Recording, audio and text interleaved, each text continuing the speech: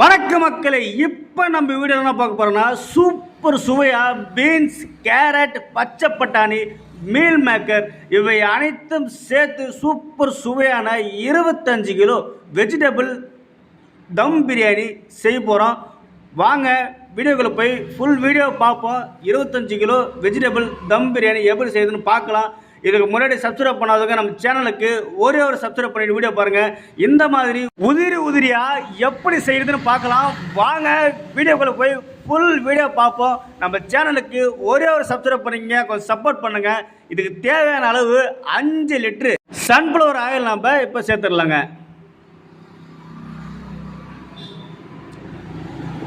Oil எப்பவுமே அதிகமாக சேர்க்காதீங்க, கரெக்டாக சேருங்க, சூப்பராக இருக்கும்.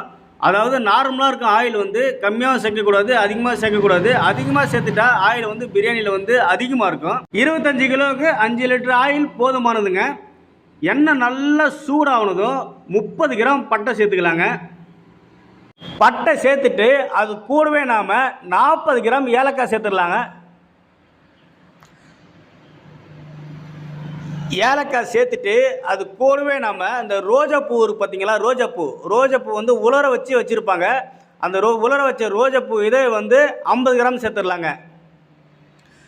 50 கிராம் சேர்த்துட்டு கிராம்பு 30 கிராம் சேர்த்துடலாம். கிராம்பு அதிகமாக சேர்க்கக்கூடாது, பிரியாணியில் கசப்புத்தன்மை வரும். அதனால் கிராம்பு கம்மியாக சேர்த்துக்குங்க. கிராம்பு 50 கிராம் சேர்த்துட்டு பிரிஞ்சி இலை ஒரு 30 கிராம் சேர்த்துடலாங்க. கம்பல்சரி பிரிஞ்சி இலை சேர்த்தே ஆகணும், நல்லாயிருக்கும், சூப்பராக இருக்கும். பிரிஞ்சி இலை ஒரு 30 கிராம் சேர்த்துருங்க. பிரிஞ்சி இலை சேர்த்துட்டு பொடிசாக வெட்டினா பல்லாரி வெங்காயம் 8 கிலோ சேர்த்துடலாம்.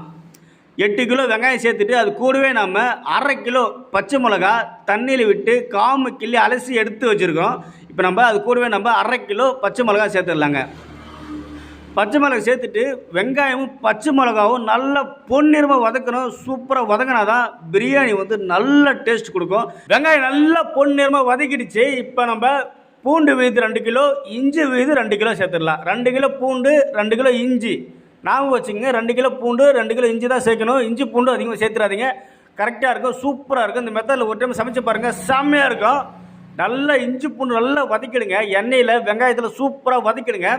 நல்லா வதக்கும் போது நல்ல மனம் வெளியே வரும். அப்போ தான் பிரியாணியோட டேஸ்ட் நல்லாயிருக்கும், அந்த பிரியாணியோட ஃப்ளவர் நல்லாயிருக்கும், சூப்பராக இருக்கும். பாருங்கள், நல்லா வதக்கிடுங்க. ஒரு 10 நிமிஷம் நல்லா கிளறி விட்டுட்டே இருங்க. அது அடி பிடிக்கும், அடி பிடிக்காத இருக்க வரைக்கும் நல்லா கிளறி விட்டுட்டே இருங்க. இஞ்சி பூண்டு விழுது 10 நிமிஷம் நல்லா வதக்கிடுச்சு. நல்லா வதக்கின உடனே நம்ம 8 கிலோ தக்காளி தண்ணியில் விட்டு அலசி நல்லா பொடிசாக கட் பண்ணி